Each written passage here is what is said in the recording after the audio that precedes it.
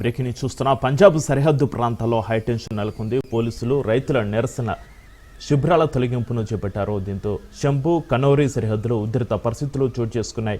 అటు శంభు కనౌరి సరిహద్దులో రైతుల నిరసనలు వెలువెత్తాయి. దాంతో రైతులను బలవంతంగా పోలీసులు తరలిస్తున్నారు. అలాగే జేసీబీల సాయంతో నిరసన శిబిరాలు తొలగింపు చేపట్టగా ముందస్తు జాగ్రత్తగా శంభు కనౌరి సరిహద్దులో పోలీసులు భారీగా మోహరించారు. మరోవైపు ప్రభుత్వ తీరుపై రైతు సంఘాలు ఆగ్రహం వ్యక్తం చేస్తున్నాయి. మద్దతు ధర కల్పించే వరకు ఆందోళనలు ఆగవని హెచ్చరిస్తున్నారు.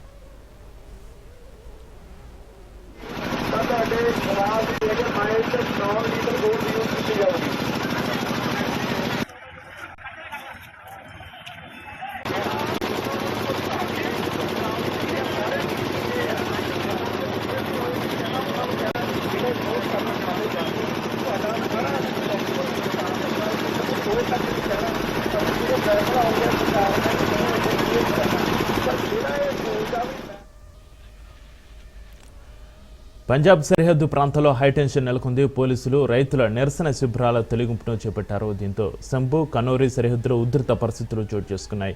అటు శంభు కనౌరి సరిహద్దులో రైతుల నిరసనలు వెలువెత్తాయి. దాంతో రైతులను బలవంతంగా పోలీసులు తరలిస్తున్నారు. అలాగే జేసీబీల సాయంతో నిరసన శిబిరాలు తొలగింపు చేపట్టగా ముందస్తు జాగ్రత్తగా శంభు కనౌరి సరిహద్దులో పోలీసులు భారీగా మోహరించారు. మరోవైపు ప్రభుత్వ తీరుపై రైతు సంఘాలు ఆగ్రహం వ్యక్తం చేస్తున్నాయి. మద్దతు ధర కల్పించే వరకు ఆందోళనలు ఆగవని హెచ్చరిస్తున్నారు రైతులు.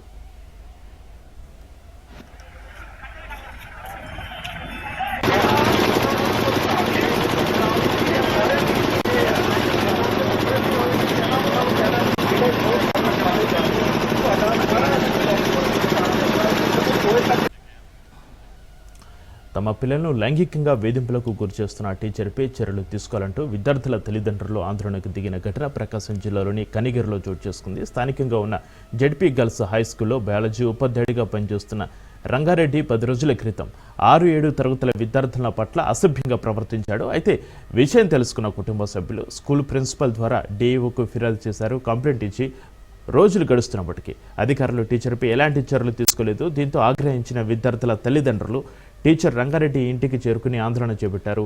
తల్లిదండ్రుల ఫిర్యాదు మేరకు కేసు నమోదు చేసుకున్న పోలీసులు దర్యాప్తు చేస్తున్నారు.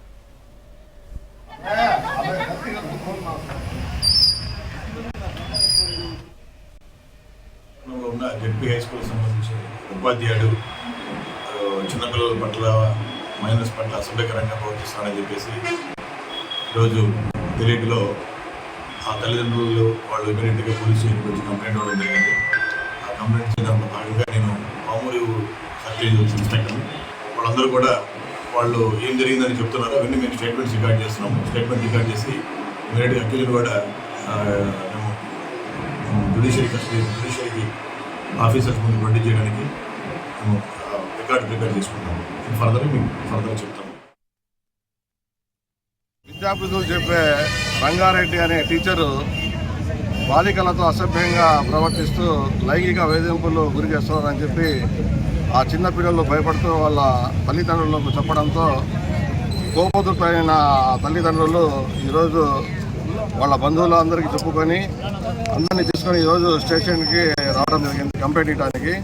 ఇతను గత 10 రోజులుగా ఇలాగే దాదాపుగా 5-6 పిల్లలను లైంగికంగా వేధిస్తున్నాడని చెప్పి మీరు ఇంట్లో ఏదైనా సరే చెప్తే మీ మీద తగు చర్యలు తీసుకుంటాను, మీకు స్కూల్కి రానియను, మీకు టీసీకి పంపుతాను, అట్లా రకరకాలుగా వేధిస్తున్నాడని చెప్పి ఆ పిల్లలు భయపడి తల్లిదండ్రులకు ఇంతకాలం చెప్పుకోలేకపోయారు. ఈరోజు ఇంకా వేధింపులు ఎక్కువ కావడంతో ఈరోజు భయభ్రాంతులైన పిల్లలు వాళ్ళ తల్లిదండ్రులకు చెప్పుకోవడం జరిగింది.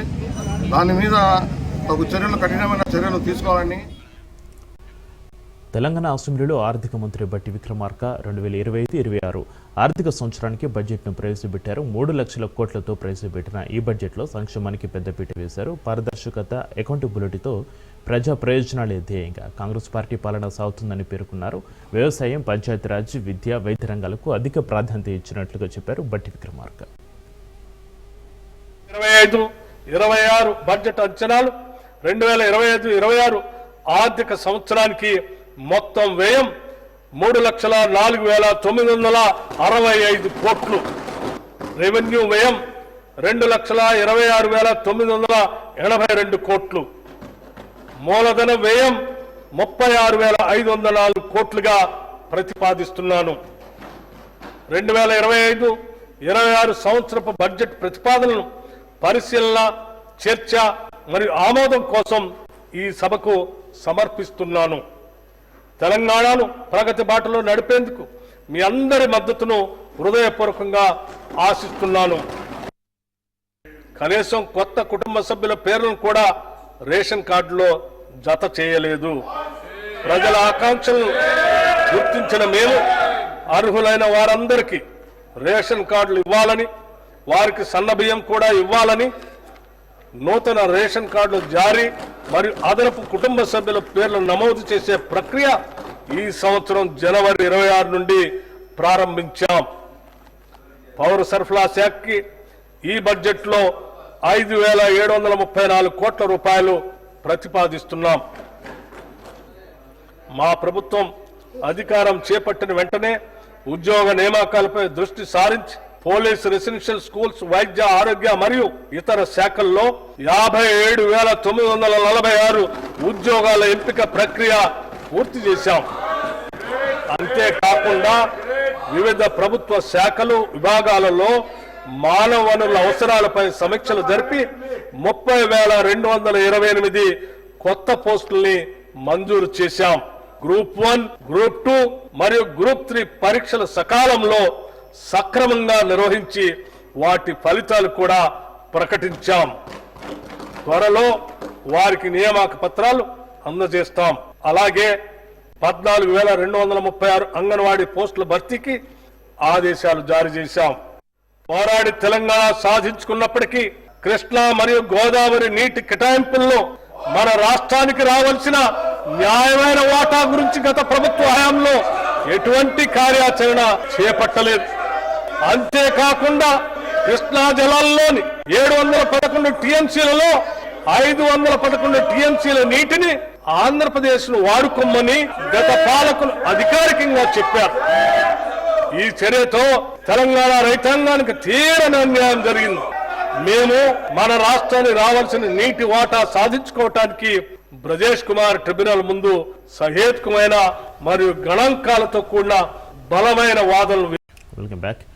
కాంగ్రెస్ ప్రభుత్వం ప్రవేశపెట్టిన బడ్జెట్పై ప్రతిపక్షాలు ఫేర్ అయ్యాయి. అటు బీఆర్ఎస్, ఇటు బీజేపీ లీడర్లు తీవ్ర స్థాయిలో దుజ్జుమెత్తారు. బడ్జెట్ మొత్తం అబద్ధాలే అన్నారు మాజీ మంత్రి హరీష్ రావు. బడ్జెట్ స్పీచ్ రాజకీయ ప్రసంగంలా ఉందని మండిపడ్డారు. అరచేతిలో వైకుంఠాన్ని చూపించారని హరీష్ రావు విమర్శించారు. 2 బడ్జెట్లు పూర్తయినా కూడా 6 గ్యారెంటీలు అమలు చేయలేదన్నారు కేటీఆర్. రుణమాఫీపై బట్టివి గారడీ లెక్కలన్నారు. బడ్జెట్ నిండా అప్పులే ఉన్నాయని బీజేపీ నేత మహేశ్వర్ రెడ్డి విమర్శించారు. 10 సంవత్సరాలు ఆడంబరాలకు పోతూ బడ్జెట్ లో లేనివి ధనిక రాష్ట్రం చెప్పిన ఆనాటి ముఖ్యమంత్రి కేసీఆర్ గారు అప్పుల కుప్ప రాష్ట్రంగా మార్చిన కరోనా వైరస్ లాంటి బీఆర్ఎస్ ప్రభుత్వం తెలంగాణకని చెప్తున్నా.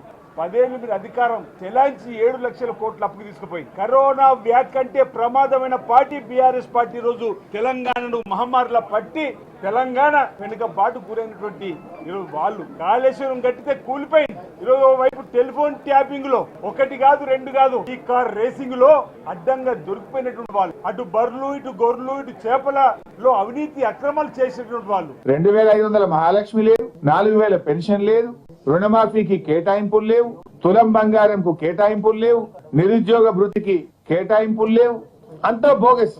పోయినసారి బడ్జెట్ లో 2024-25లో ఆన్ గోయింగ్ ప్రాజెక్ట్స్ ఈ సంవత్సరంలో 6 పెండింగ్ ప్రాజెక్టులు పూర్తి చేసి నీళ్లు అందిస్తామని 24-25లో చెప్పిండ్రు. అండ్ ఈ సంవత్సరం 12 ప్రాజెక్టులు పూర్తి చేస్తాము అని చెప్పిండ్రు. నేను అడుగుతున్నా, ఒక్క ప్రాజెక్టు పూర్తయిందా? అయితే దాని పేరేందో చెప్పండి.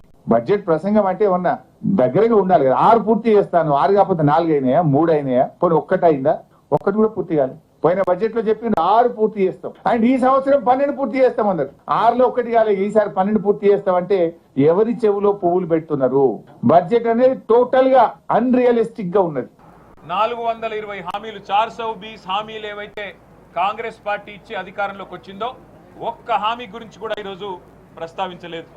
6 గ్యారంటీలు 100 రోజులు అని సొల్లు పురాణం చెప్పి అఫిడవిట్లు రాసి, ఇదే బట్టి విక్రమార్క గారు అఫిడవిట్ ను తీసుకుపోయి దేవుని ముంగట పెట్టి ఆ అఫిడవిట్ మాకు భగవద్గీతతో సమానం అని బిల్డప్లు ఇచ్చి ఓట్లు వేయించుకొని అబద్ధాలతో ఏదైతే గెలిచొచ్చినారో ఇవాళ దానికి పాతర వేసినారు. ఒక్కటంటే ఒక్క హామీ, తులం బంగారం దిక్కులేదు, నెలకు 2500 మహాలక్ష్మి దిక్కులేదు, అదేవిధంగా నెలకు 4000 రూపాయలు ఇస్తానన్న మాటకు ఇవాళ పాతర వేసినారు. కాంగ్రెస్ ప్రభుత్వం ప్రవేశపెట్టినటువంటి ఈ బడ్జెట్ ఇది హామీల ఎగవేతల బడ్జెట్, ఇది పేదల సంక్షేమాన్ని పాతరేసే బడ్జెట్, ఇది గొప్పల పోయేటువంటి బడ్జెట్, ఇది మొండి చేయిచ్చే బడ్జెట్, ఇది అప్పుల బడ్జెట్, ఇది బడాయిల బడ్జెట్, ఇది గొప్పలు చెప్పుకునే అరకొర ప్రణాళిక వ్యయంతో ఇది గొప్పలు చెప్పుకునే బడ్జెట్ అని తెలియజేస్తా ఉన్నాను.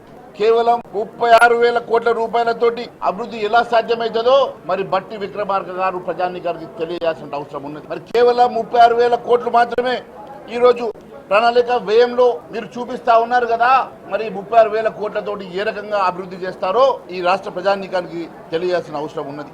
గతంలో పంటల బీమా పథకానికి 1000 కోట్ల రూపాయల కేటాయింపులు చేసినటువంటి ప్రభుత్వం, కేంద్ర ప్రభుత్వం ప్రవేశపెట్టినటువంటి ఫసల్ బీమాలో రైతు వాటాని కూడా మేమే కడతాం, తద్వారా నష్టపోయినటువంటి రైతు పూర్తిగా సాయం దొరుకుతుందని గొప్పగా గతంలో కేటాయించారు. గతంలో 1000 కోట్ల రూపాయలు పంటల బీమా కొరకు కేటాయింపులు చేసి రూపాయి కూడా ఖర్చు చేయలేదు. భారతదేశంలో ఏ రాష్ట్రం కూడా ఇంత ఘోరంగా వ్యవహారం చేయదు. మరి అదేవిధంగా వైద్యం కొరకు 5 లక్షల నుండి 10 లక్షల రూపాయల వరకు రాజీవ్ ఆరోగ్యశ్రీలో వైద్యం అందిస్తున్నామని చెప్పారు. ఈ కాంగ్రెస్ నాయకులకు ఎవరికైనా దమ్ము ధైర్యం ఉంటే తెలంగాణ రాష్ట్రంలో ఏ ప్రైవేట్ ఆసుపత్రిలోనైనా ఒక్క పేషెంట్ కూడా ఇప్పటి వరకు 10 లక్షల రూపాయల సాయం తీసుకున్నటువంటి పరిస్థితి లేదు.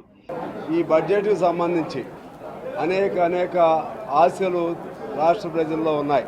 కానీ ప్రాక్టికల్గా ఆ ఆశలన్నీ నెరవేర్చే విధంగా బడ్జెట్ ఆ మార్గం చూపే పరిస్థితిలో లేదని నాకు అర్థమైంది.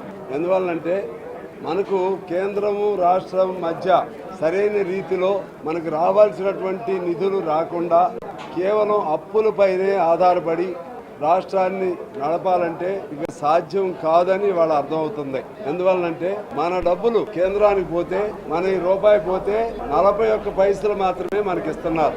అంటే రూపాయలు 41 పైసలు మాత్రమే. ఈ బడ్జెట్ తెలంగాణ ప్రజల్ని తిరోగమనంలోకి తీసుకెళ్లేలా ఉంటున్నారు బీజేపీ ఎమ్మెల్యే పాల్వాయి హరీష్ బాబు. ఇది దివాలా కోరు ప్రభుత్వమని, దివాలా కోరు బడ్జెట్ అని ఆగ్రహం వ్యక్తం చేశారు. ఇచ్చిన హామీలు అమలు చేయలేమని ప్రజల ముందు చంపులు వేసుకోవాలన్నారు. రేవంత్ ప్రభుత్వం ప్రధాన ఆదాయ వనరు అప్పులు మాత్రమే అని విమర్శించారు. డబుల్ ఇంజిన్ సర్కార్ వస్తేనే రాష్ట్రంలో అభివృద్ధి జరుగుతుందని అన్నారు. రాష్ట్రంలో అందాల పోటీలు నిర్వహించడం కేవలం ప్రజల అటెన్షన్ డైవర్షన్ చేయడం కోసమే అంటున్న ఎమ్మెల్యే పాల్వాయి హరీష్ బాబుతో మా ప్రతినిధి రాజు ఫేస్ టు ఫేస్.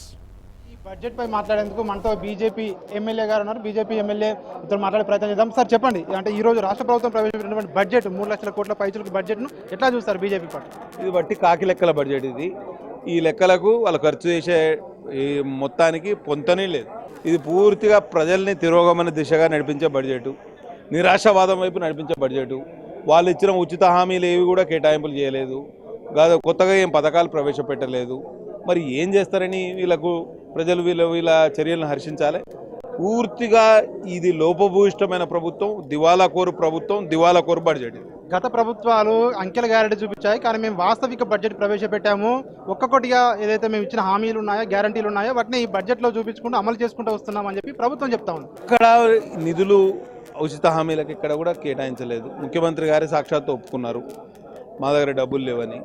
అదే ప్రజల దగ్గర పోయి చెంపలు వేసుకొని మేము ఉచిత హామీలు అమలు చేయలేము, మా దగ్గర డబ్బులు లేవు, మేము అసమర్థులం అని చెప్పి ఒప్పుకోండి, ప్రజలు యాక్సెప్ట్ చేస్తారు. ఈ అడ్డగోలు మాటలు ఎందుకు, ఈ తిమ్మిని మమ్మి చేసే మాటలు ఎందుకు?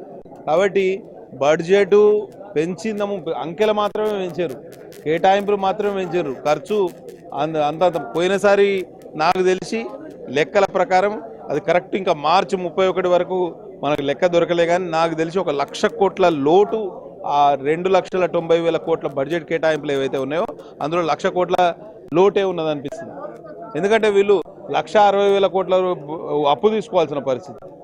కాబట్టి వీళ్ళ ప్రధాన ఆదాయ వనరు కూడా రిజిస్ట్రేషన్ అండ్ స్టాంప్ డ్యూటీ కాదు, ఎక్సైజ్ డిపార్ట్మెంట్ కాదు. వీళ్ళ ప్రధాన ఆదాయ వనరు అప్పు చేస్తే పప్పు కూడా అనేది వెనకటి సామెత. ఇవాళ వీళ్ళు అప్పు చేస్తే ఉపవాసం ఉంచే కార్యక్రమం చేస్తారు. ఆ పప్పు కూడా దొరికే పరిస్థితి లేదు. ఇటువంటి చెత్త ప్రభుత్వాన్ని, ఇటువంటి తిరోగమన ప్రభుత్వాన్ని నేను ఎన్నడూ చూడలేదు. ఇది మొత్తం తెలంగాణ ప్రజానికాన్ని నట్టేట ముంచుతుంది, నిరాశావాదం వైపు నడిపిస్తుంది. ఈసారి ఎస్సీ అభివృద్ధి కోసం కానీ అదేవిధంగా బీసీలకు కానీ ప్రవేశపెట్టినటువంటి కేటాయింపులు ఏ విధంగా చూస్తారు? అంటే బీసీలకు 11,000 కోట్ల పైసలకు కూడా ప్రవేశపెట్టడం జరిగింది కేటాయింపులో. సో ఎట్లా చూస్తారు? 15 నెలల్లో వాళ్ళు ₹1 ఎస్సీ సబ్ ప్లాన్ కానీ డబ్బులే ఇవ్వలేదు. ఇక కొత్తగా నువ్వు చేస్తానంటే మేము నమ్ముతావా? నువ్వు నీ కమిట్మెంట్ మీదనే, మీ అంకిత భావం మీదనే, మీ శ్రద్ధ మీదనే మాకు అపనమ్మకం ఉన్నది. నాకే కాదు, మొత్తం తెలంగాణ ప్రజానీకానికి. కాబట్టి ఈ విషయంలో ప్రజలు ఆలోచన చేయాలి.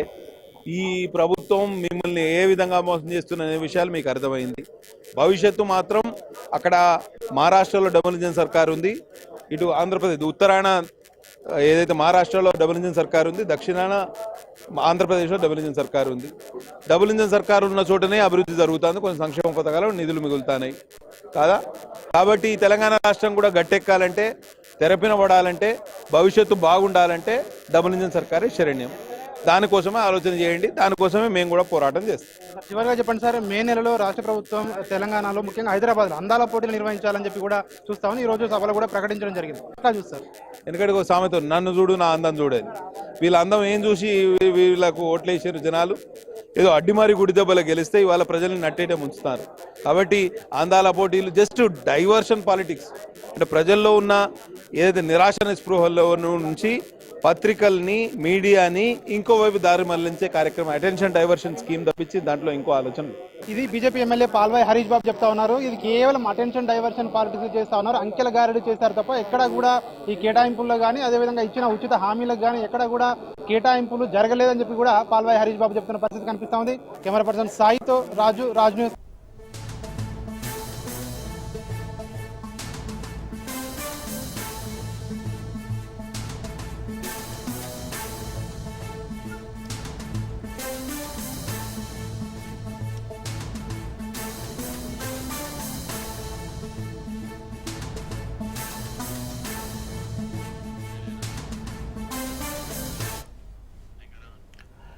మరో బ్రేకింగ్ న్యూస్ చూస్తున్నాం. ముంబై సినీ నటి కాదంబరి జత్వానీ కేసులో విచారణను వేగవంతం చేయాలని ఐద్వా ప్రధాన కార్యదర్శి రమాదేవి ఏపీ డీజీపీ హరీష్ గుప్తాకు వినతి పత్రం అందించారు. సినీ నటి జత్వానీ కేసులో బాధ్యులపై విచారణను ప్రారంభించాలన్నారు. గతేడాది ఆగస్టులోనే అన్ని వివరాలు సమర్పించిన విచారణలో ఎందుకు జాప్యం జరుగుతుందని ఆరా తీశారు.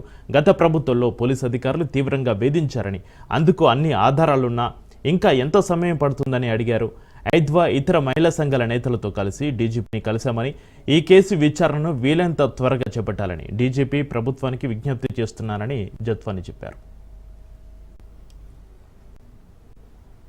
Respected Ramadevi Madam and other respected women of the reputed women's organizations in Andhra Pradesh came to meet Mr. Harish Gupta, the respected DGP of Andhra Pradesh.